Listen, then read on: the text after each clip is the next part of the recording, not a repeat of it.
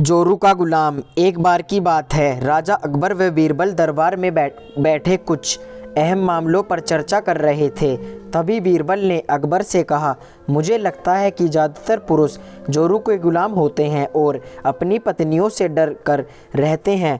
बीरबल की यह बात राजा को बिल्कुल भी पसंद न आई। उन्होंने इस बात का विरोध किया। इस पर बीरबल भी अपनी बात मनवाने पर अड़ गए। उन्होंने राजा से कहा कि वे अपनी बात को सिद्ध कर सकते हैं, मगर इसके लिए राजा को प्रजा के बीच एक आदेश जारी करवाना होगा। वह आदेश यह था कि जिस पुरुष के अपनी पत्नी से डरने की बात सामने आएगी, उसे दरबार में एक मुर्गी जमा करानी होगी। राजा बीरबल की इस बात पर तैयार हो गए। अगले ही दिन प्रजा के बीच आदेश कराया गया कि अगर यह बात सिद्ध हो जाती है कि कोई पुरुष अपनी पत्नी से डरता है, तो उसे दरबार में आकर बीरबल के पास एक मुर्गी जमा करवानी होगी।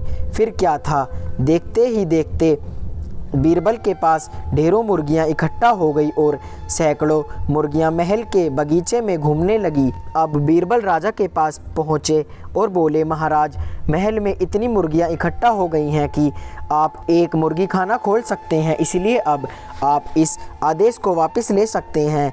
मगर महाराज ने इस बात को गंभीरता से नहीं लिया और महल में मुर्गियों की संख्या धीरे धीरे और भी ज़्यादा बढ़ने लगी।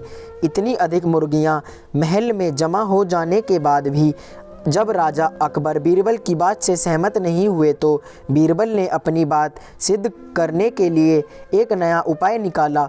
एक दिन बीरबल राजा के पास गए और बोले, महाराज, मैंने सुना है कि पड़ोस के राज्य में एक बहुत ही खूबसूरत राजकुमारी रहती है। अगर आप चाहें तो क्या मैं आपका रिश्ता वहां पक्का कर आऊं? यह सुनते ही राजा चौंक उठे और बोले, बीरबल, तुम ये कैसी बातें कर रहे हो? महल में पहले ही 2 महारानियां मौजूद हैं। अगर इन्हें इस बात की भनक भी लगी तो मेरी खैर नहीं होगी। यह सुनकर बीरबल ने तपाक से जवाब दिया, चलिए महाराज, फिर तो आप भी मेरे पास 2 मुर्गियां जमा करा ही दीजिए। राजा बीरबल का ऐसा जवाब सुनकर शर्मा गए और उन्होंने अपना आदेश उसी वक्त वापस ले लिया। कहानी से सीख।